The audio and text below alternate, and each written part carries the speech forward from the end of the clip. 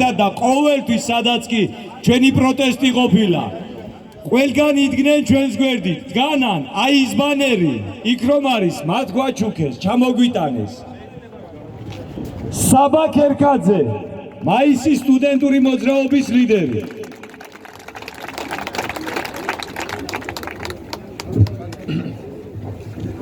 მოგესალმებით ჭიათურელო მშრომელებო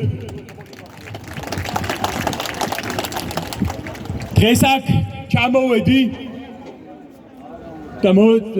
წარსულშიც ყოფილვარ ჭიათურაში და მომავალშიც ვიქნებით ერთად ჩამოვედი იმიტომ რომ გამოგიცხადოთ სოლიდარობა და გითხრათ